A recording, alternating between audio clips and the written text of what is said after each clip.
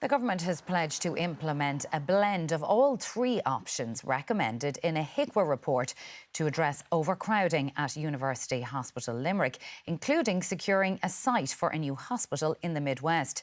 The Labour Party has questioned whether the government would commit to the financial capacity to deliver the plan.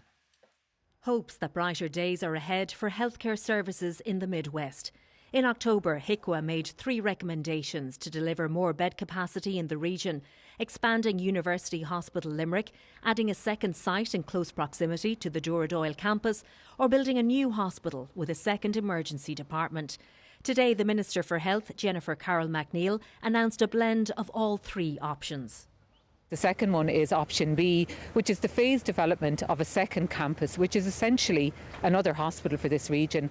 The difference in that compared to a full new built hospital is that us here in the region, we get access and our patients get access to a phased development of each phase of the new hospital over many, many years.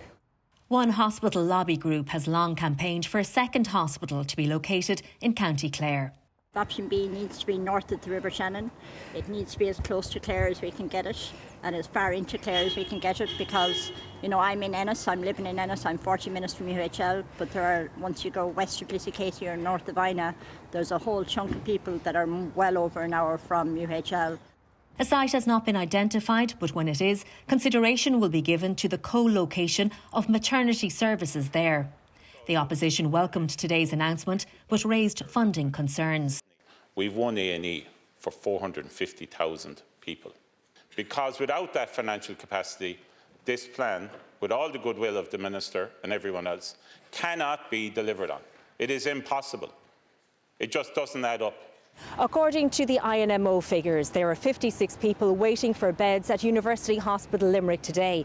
That's down from 102 on the same date last year. That decrease is largely due to the opening of a 96-bed unit 2 months ago.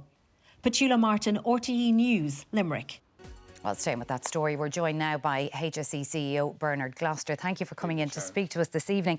I might start with the point that Tommy just made there about the HSE being mandated to secure a new site for UHL, adjacent to or nearby. Some people want to see it in County Clare. Can you tell them, have you selected a site yet?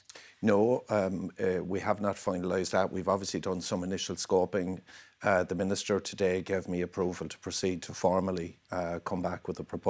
Our Head of Infrastructure, I spoke with him today. We have a number of processes to go through, but they'll be done as quickly as possible. The fundamental issue is that the site would be in close proximity or relative proximity to Dooradoyle, and that it would be accessible and that it would have the scope for the type of expansion. So not in Clare? I'm not going to be limited by it, because there are commercial considerations to that as well as other things. What I will say, Sharon, and I think it's really important, is the decision by the Minister today, fully supported by the government. It is a seminal decision in terms of the delivery of healthcare infrastructure and staffing and processes in the Midwest. People, I think, thought when the HIQA report came that it was a very binary position of A, B or C. The Minister, I've spoken to her several times, she has elected for what I think has to be the perfect option. It doesn't make people wait 20 years, but it looks right out to 20 years. It really is the perfect solution. So there won't be a new hospital overnight, but when will people start to see a change in how health services are provided through the hospitals there? Well, can I say people already have seen that change, and I think if people want to see the colour of the commitment, 128 beds were opened on that site this year. The trolley numbers, despite any dispute about what they are, have effectively halved since that happened, even with the presence of flu.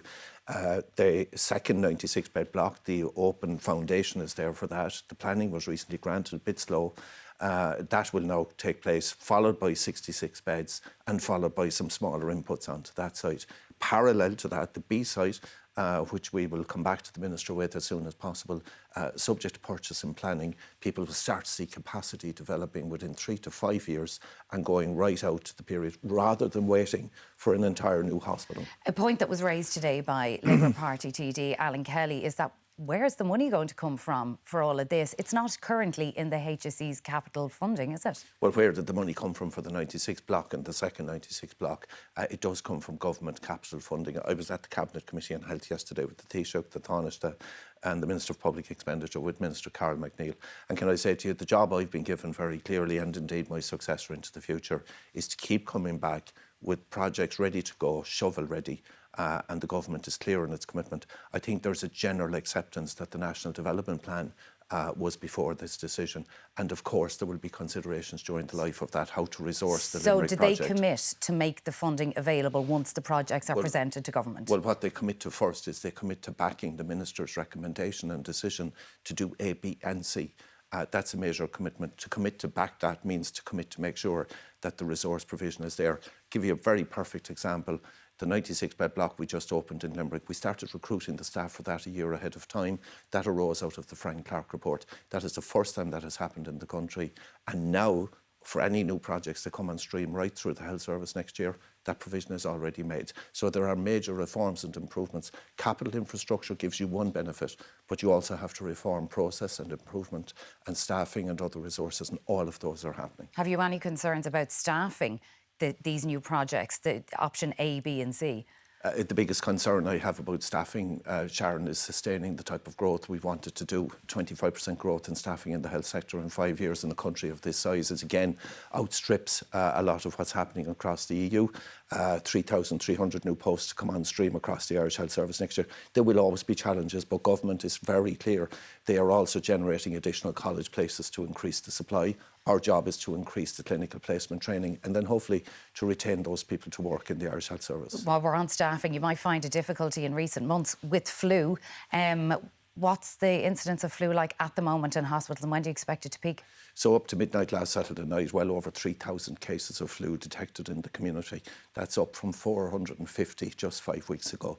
About 800 new hospitalisations with flu last week. Today, 630 people in hospital with flu.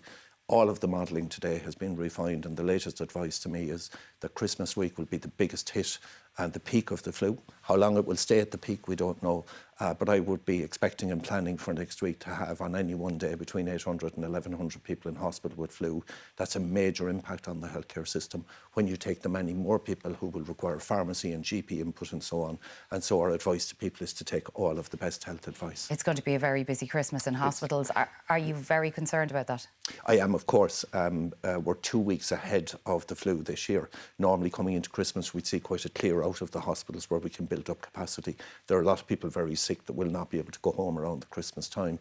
We also concerned, of course, about staff illness and the rate of infection among staff. So all of those. Am I concerned? Yes, but I do absolutely believe with the people that I'm working with every day, and we will do this 7 days, including Christmas Day, with the help of the community, we will get through this, and I'm very confident with the improvements we've made. OK, Bernard Gloucester, CEO of the HSE, thank you for coming in to speak to us on 6 1 this evening. Thank you.